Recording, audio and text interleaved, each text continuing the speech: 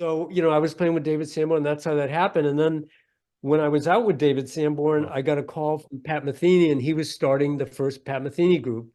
And I said, well, I'm playing with David Sanborn, and he said, well, why don't you come to Boston and, just rehearse, play with us for a while. And so I did. I went up there and I realized that, wow, this is why I want to play music. Not that I didn't love David Sanborn and playing with that band and being a part of New York, but I felt that there was something really special about mm, Lyle and Pat and Danny. And so I remember calling David. I said, David, I'm leaving to go with the Pat Metheny Group. He goes, who's that?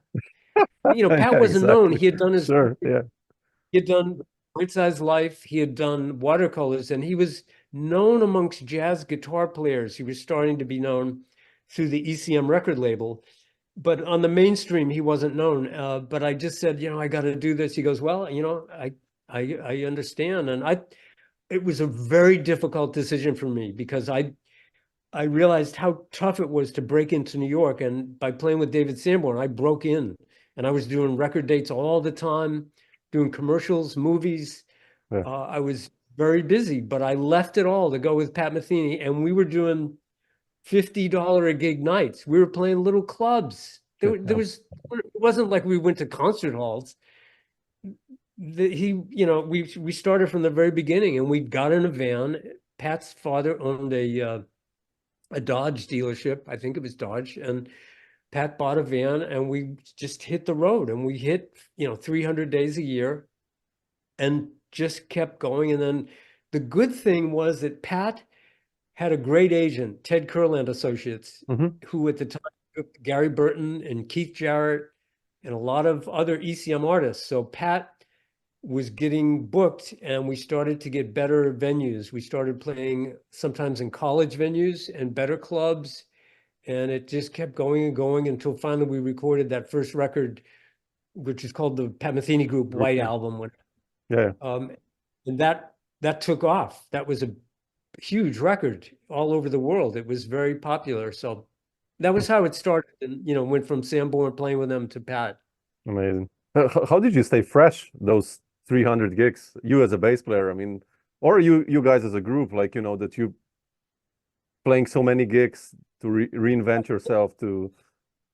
Samo, it's interesting because I was talking to someone who was documenting Pat Metheny, the Pat Metheny Group, Mhm. and he sent me an itinerary of all the gigs we ever did. I don't know, he got it from someone in the fan club somehow. Not only is it that, but it has the set list from every gig. Oh, And we pretty much played the same set. shit, man, that's I heavy. mean, it changed as different compositions were composed and arranged. And it started out with more of the Bright Size Life watercolors records, but it towards the middle of my time with it, the set list pretty much stayed the same all the time. So how do you stay fresh? Wow. You know, we really focused on the sound of the group and just tried to play it better and better every night. And we would have band meetings every night. It wasn't like we just played it and then just went to a club or something or just hung out. At the end of the gig, we would talk. Pat would say, well, this was good here. Let's try this here. Or Lyle would say that, or Wow. Danny and I would say, well, why don't we do this groove here? And so we were constantly trying to make it better. And the nature of the sound of that group had a very open sound and it had a very fresh sound. If you just Yeah. heard the band for the first time, you'd probably say, wow, this is different. It definitely has a lot of influences from jazz and rock and folky stuff, but it's different. It's not the usual fusion that's happening. Mhm. And it we purposely put it in that direction as a different sound. Pat did and Lyle and Danny and I.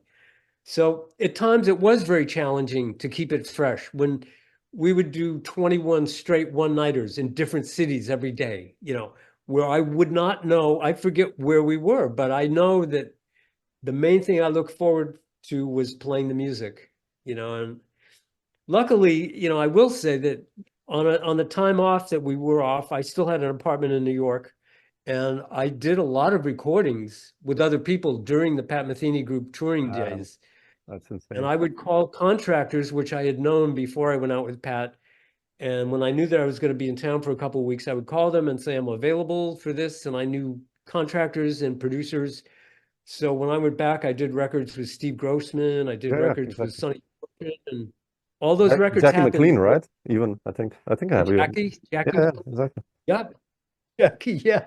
So, it was um, during that time period, there was a lot of music happening in New York and a lot of record dates and a lot of venues to play. So, and sometimes, as far as how do we keep it fresh, sometimes it would seem like, oh God, we're playing the same thing again, but somehow we were able to keep it fresh, you know. Mm, And I've always enjoyed playing a lot of different styles of music. So whenever yeah, I was off, I was playing fusion, I was playing with all different types of, complete space, playing loft sessions where it's completely improvised, or playing sessions where it's just grooves. So, I had a balance, it's kind of a strange balance, but um, I always enjoyed playing different styles. So that's helped important. balance it out.